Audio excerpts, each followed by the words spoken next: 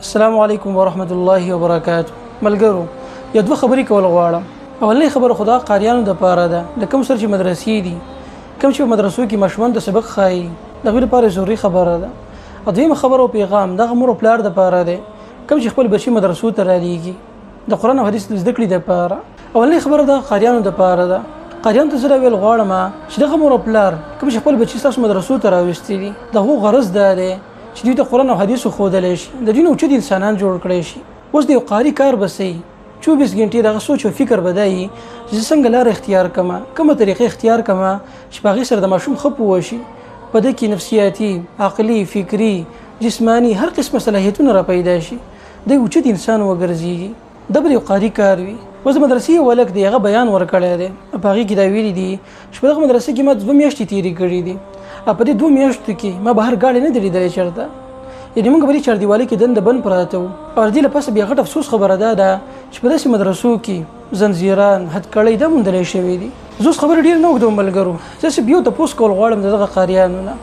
دوی د دغې خبرې جواب راکړي، نور خبرو ته ضرورت نشته. او هغه تپوس دا دی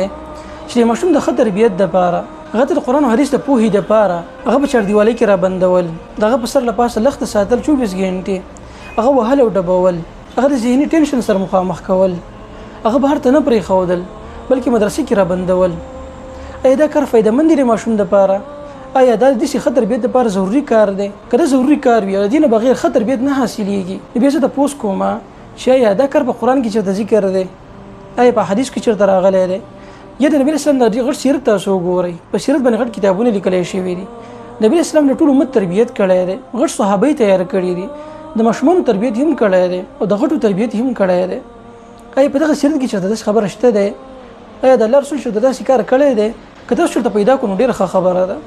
او که داسې نه وي نو بیا ستاسو د طریقه غلطه ښکاري. تاسو چې تربیت دپاره کومه طریقه اختیاره کړې ده دغه به صحیح نه وي، په هغې باندې تاسو سوچ او فکر وکړئ. په کومې طریقې سره چې تاسو تربیت ورکوئ ماشوم له، په دغې طریقې سره ماشوم نه یو ذهني مریض جوړېدی شي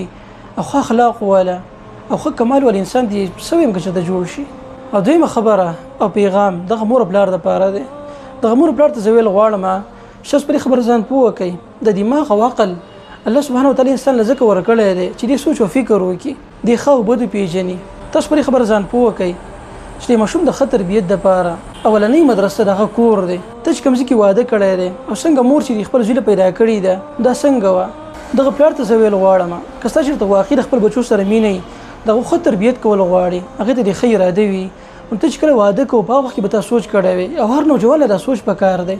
چې هغه کله رشته کوي په یو ځای کې، نو هغه د خپلو بچو دپاره یو نیکعمله او صالحه ښځه وګوري چې ته په دې ځای کې رشته کړې ده او دې ځای کې واده کړی دی چې اوس هغه زنانه ستا د بچو تربیت نشي کولی او ته مجبوره کېږي چې د ورځې یو شپې د تربیت دپاره ته مدرسې کې خپل بچي پرېږدې. دا ستا اولنی نقصان دی چې د هغې سره مخامخ شوی، نو په دې کې لږ سوچ پکار دی. دویمه خبره دا ده چې د ماشوم ښه تربیت څنګه کېږي، په دې باندې پکار دی چې مور پلار ځان پوه کړي. کله چې انسان ماشوم وي، د ده عمر کم وي، نو دی د خپل مور پلار مینې ته محتاج وي. د ده مور پلار د څنګه طبیعت مالک دي، هغه د خپل بچي نه څنګه انسان جوړول غواړي، هغه به دا څه ستا نه زده کوي په خپله. نو داسې په کومه عمره کې چې ستا بچي د 8 کالو دی، د 9 کالو دی، د 10 کالو دی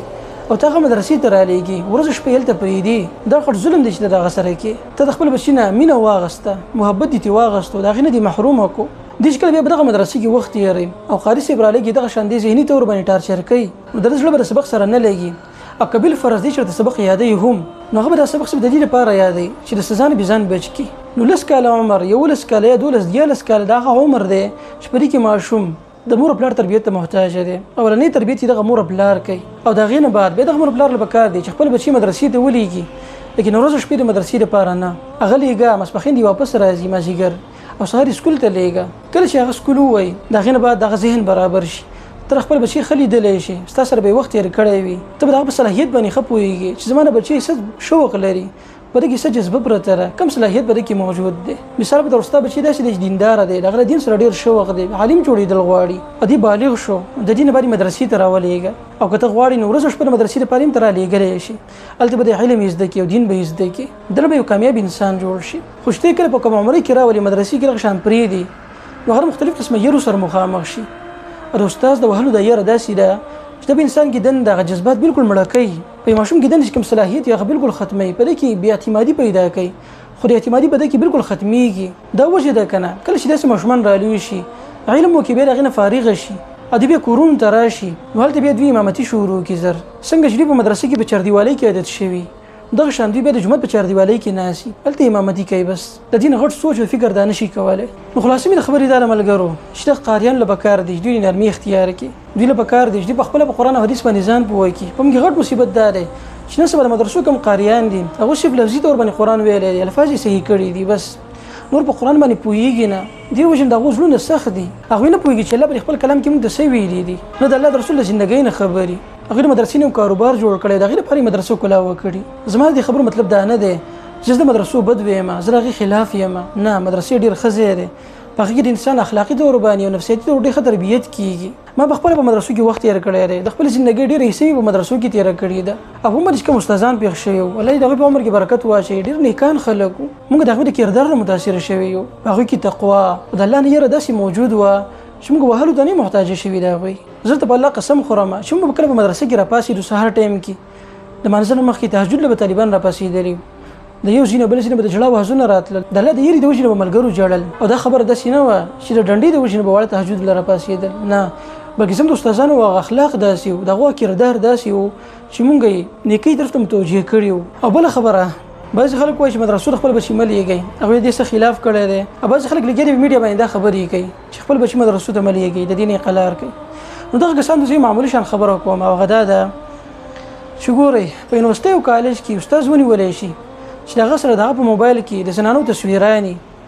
مخ وسه پوری چرته دی او کس نه داسې و نه ورېدل چې هغه دا وي چې زه خپل خور لور جامعې ته نه لیږم زه به یونیورسيټي ته نه لیږم زه خپل خور لور کالج ته نه لیږم د خو مشه دغه کسان نه و نه ورېدل اوس داسې یو کیس راغلی دی د مدرسې او د هغې د وجې نه میډیا باندې سم حل شروع دی داسې نه د بکار ملګرو د انصاف نه کار اخیستل پکار زه ته په الله قسم خورم که ته خپل یو بچی چېرته مدرسې ته ولېږي هغه د هغې نه فارغ شي او دین زده کړي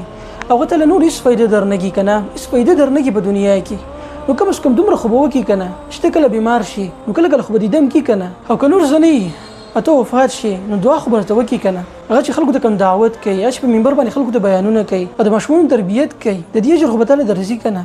هغه به تاله دررسي که نه نو خلاصې مې د خبرې دا ملګرو چې د انصاف نه کار اخیستل پکار دي افراط او تفرید نه دی پکار موږ د دین منع کړي یو دغه مختصر خبرې وي چې ما وکړې الله سبحانه وتعالی دې موږ باندې رحم وکړي الله دې زموږ راضي شي